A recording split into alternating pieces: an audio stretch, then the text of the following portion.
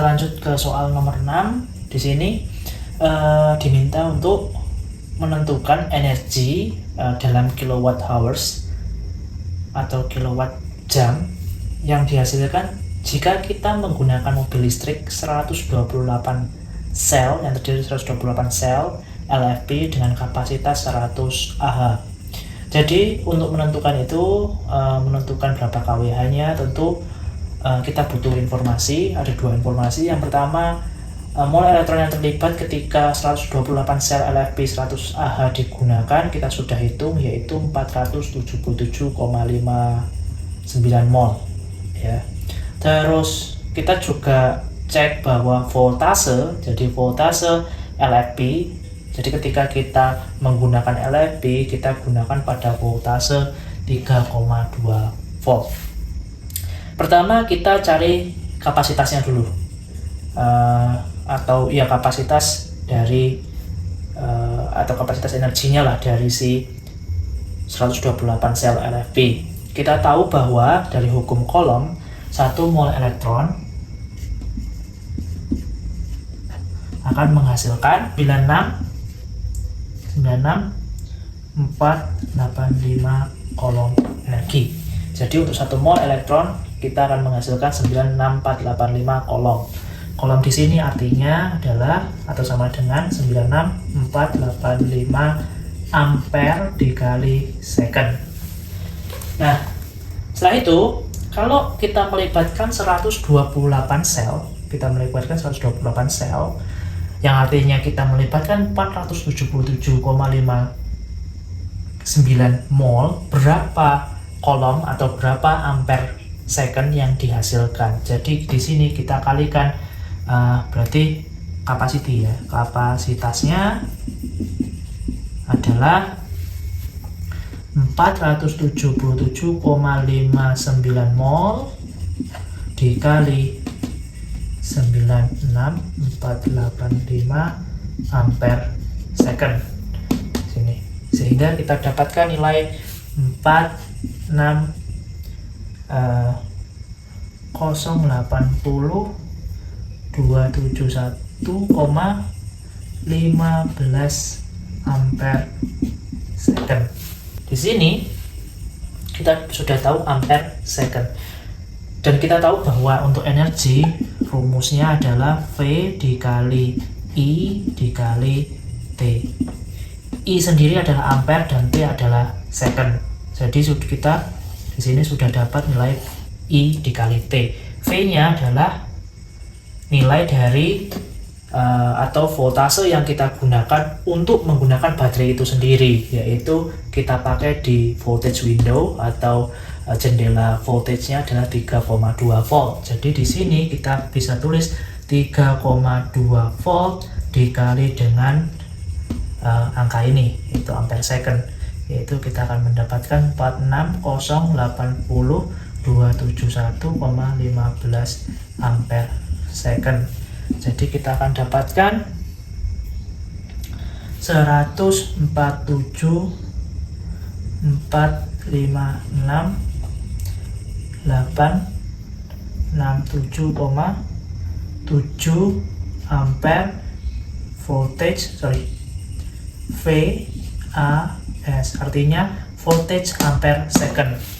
Oke, kita juga sudah tahu bahwa watt atau daya ya, di sini watt, daya itu atau watt itu sama dengan watt ini ya, sama dengan voltage dikali ampere.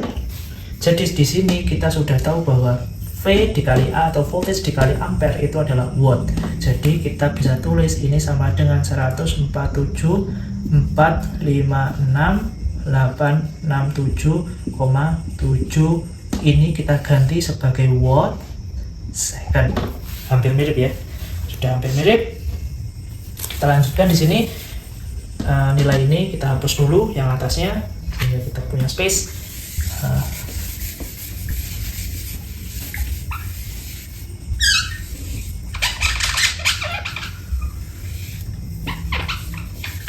Kita tulis ulang. Kita sudah tahu bahwa energinya adalah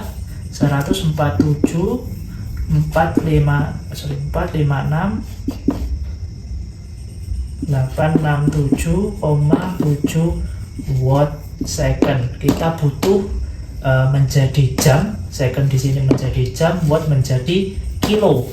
Artinya kalau kita ingin mengubah watt menjadi kilo, apa yang kita lakukan? Bagi dengan 1000. Jadi kita bagi dengan 1000, di sini akan muncul di sini, ya kan? Jadi 1000 berarti 147.456,8677 kilowatt second. Kalau kita ingin rubah second menjadi hours, berarti kita bagi dengan 3600. Berarti kita bagi 456,8677 dibagi second untuk menjadi hours, itu dibagi 3600, sehingga kita bisa dapatkan nilai 40,96 kilowatt hours. Jadi kita bisa temukan bahwa untuk satu mobil yang terdiri dari 128 sel LFP 100 Ah, di sini energi yang dihasilkan adalah 40,96 kilowatt hours.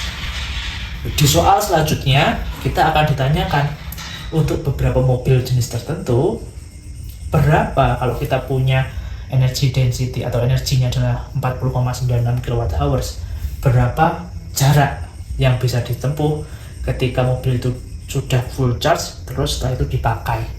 Oke, kita sudah sampai ke soal nomor 7. Di sini kita dihadapkan pada soal tipe yang real pada industri. Di mana di sini soal ini menanyakan mobil listrik tipe T. Jadi mobil jenis ini adalah jenis yang paling terkenal, salah satu yang paling terkenal, dan salah satu tipenya yaitu tipe standar. Boleh dicek tipe mobil T tipe standar ini biasanya menggunakan LFP, dan dilaporkan memang mobil tipe ini atau dari jenis ini tipe standarnya itu mengonsumsi energi 120 sampai 180 watt hours per kilometer. Nah, di sini kita disuruh untuk mengestimasi berapa sih jarak tempuhnya jika mobil ini, mobil listrik T tipe standar yang menggunakan 128 sel baterai lithium iron phosphate atau jenis baterai yang menggunakan bahan dasar besi, yang satu selnya, jadi kita punya 128 sel dan satu selnya itu memiliki energy density 100 Ah atau 100 ampere hours.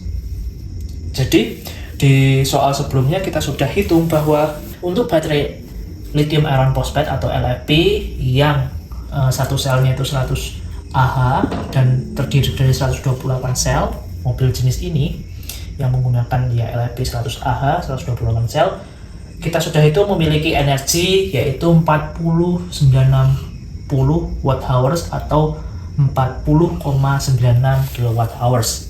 Nah, dengan cara yang gampang kita sudah tahu bahwa mobil ini dilaporkan mengkonsumsi 120 watt hours atau 180 watt hours per kilometer. Jadi kita bisa mengestimasi jarak dengan cara membagi energi dari si baterai itu dengan konsumsi energi per kilonya. Misal kalau dia itu sangat efisien, yaitu hanya mengkonsumsi 120 watt per kilometer, kita akan dapatkan nilai 4960 ini watt hours dibagi dengan 120 watt hours per kilometer. Coret-coret, kita akan dapatkan nilai 341,33 kilometer.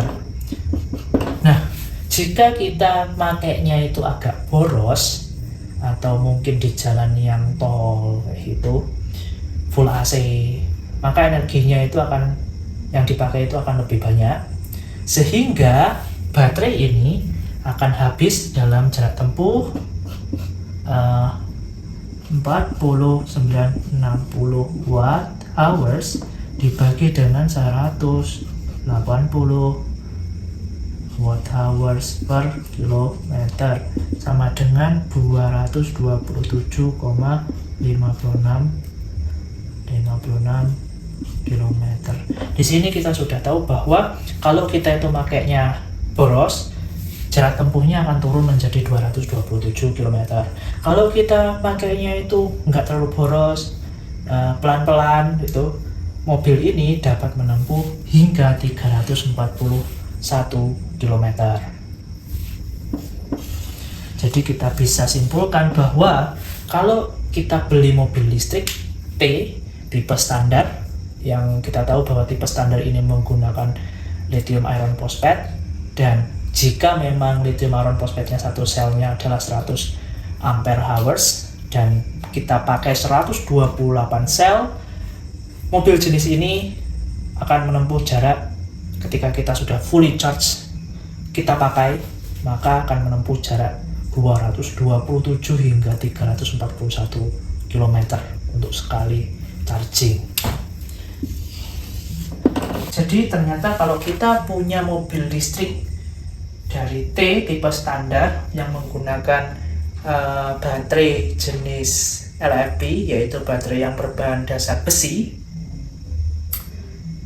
dengan anggapan bahwa mobil itu memiliki 128 sel dan satu selnya itu adalah 100 ampere hours, kita bisa menempuh jarak sekitar 300 km atau bahkan bisa nyampe 350 km untuk sekali charging.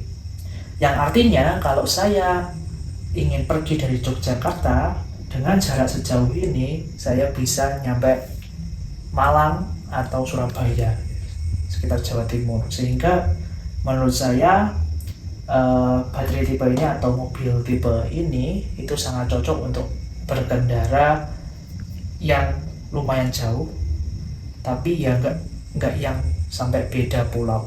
Jadi ini sangat cocok untuk misal dari Jawa Tengah ke Jawa Timur atau bolak-balik seperti itu. Jadi seperti itu.